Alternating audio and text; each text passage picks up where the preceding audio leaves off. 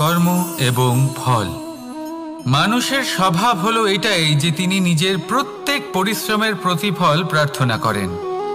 বেশিরভাগ সময় এই ফলাফলের চিন্তা করতে করতে, কল্পনা করতে করতে উনি কর্ম করতে থাকেন যে আমি এই কাজটা করলে এই ফল পাবো।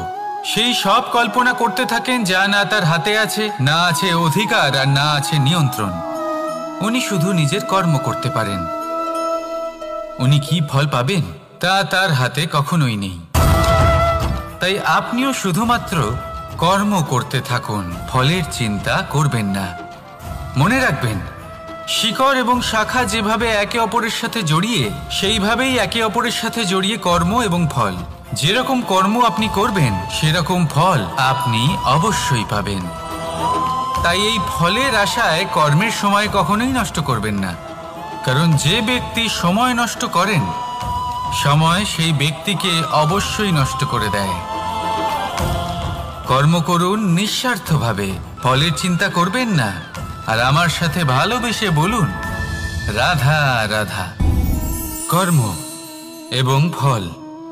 দেখতে গেলে এই সমস্ত ব্রহ্মাণ্ড এই দুইয়ের মাঝেই স্থির হয়ে আছে। মানুষজন কর্ম করেন ভালো ফল লাভের আশায়, আর ভালো ফল লাভের আশায় উনি এটাই ভুলে যান যে উনি যে কর্ম করছেন তা কি করছেন। আমি বলেছিলাম কর্ম করুন ফলের চিন্তা না করে, কিন্তু কি কর্ম করছেন সেই বিষয়ে ভাবাটাও অত্যন্ত আবশ্যক। নয়তো অনেক সময় আমরা এমন কর্ম করে ফেলি যা না চাইতেও বিষে পরিণত হয়, যা হয়েছে দুঃশাসনের সাথে, দুর্যোধনের সাথে, গুরু দ্রোণের সাথে। একজনের মানসিকতা উচিত ছিল না, একজনের বিবেক উচিত ছিল না, আরেকজন যে পক্ষ নির্বাচন করেছিলেন সেই পক্ষ উচিত ছিল না। আর যা কিছু ওনাদের সাথে হলো, আপনার, আমার, আমাদের সকলের সাথে তা হতে পারে। আমি বলেছিলাম কর্ম করুন, ফলের চিন্তা করবেন না, কিন্তু এই কর্মের বিষয়ে বিচার করে দেখাটাও ততটাই আবশ্যক।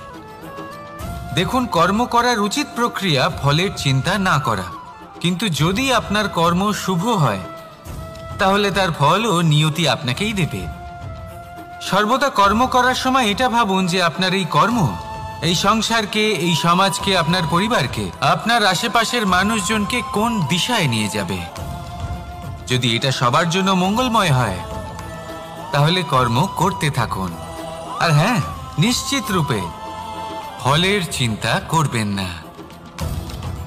আসুন আমার সাথে ভালোবেসে বলুন রাধা রাধা। বটবৃক্ষের বীজ সর্ষের দানার থেকেও ছোট হয়, কিন্তু যখন তা নিজের রূপ ধারণ করে তখন তা বিশাল বৃক্ষের আকার ধারণ করে, যা সহস্র বছর ধরে বেঁচে থাকে, ছায়া প্রদান করে, পাখিদের আশ্রয় প্রদান করে, আর দেয় পথচারীদের বিশ্রাম করার স্থান। কেন? কারণ সেই ছোট বীজ তা মাটির ভেতরে গিয়ে নিজের খোলস ত্যাগ করে। অন্ধকারে থাকে সে, যতই আলো আসুক না কেন, যতই বর্ষা আসুক না কেন, সব সহ্য করে। আর তারপরে একটা চারা গাছ অঙ্কুরিত হয়, তারপর ধীর গতিতে একটা বিশাল বৃক্ষতে পরিণত হয়। দেখুন, জীবনে কঠিন সময় আসে, এই জন্য নয় যে আপনি হার মেনে নেবেন, এই জন্য আসে যাতে আপনি ভবিষ্যৎ নির্মাণের জন্য নিজেকে তৈরি করতে পারেন। যদি কঠিন সময়ে আপনি ওই বীজের মতো দৃঢ় হয়ে থাকতে পারেন, তাহলে আপনিও একদিন সেই বিশাল বৃক্ষের মতো নিজের অস্তিত্ব গড়ে তুলতে পারবেন, যা সহস্র বছর পর্যন্ত মনে রাখা হবে। আসুন আমার সাথে ভালোবেসে বলুন রাধা রাধা। এই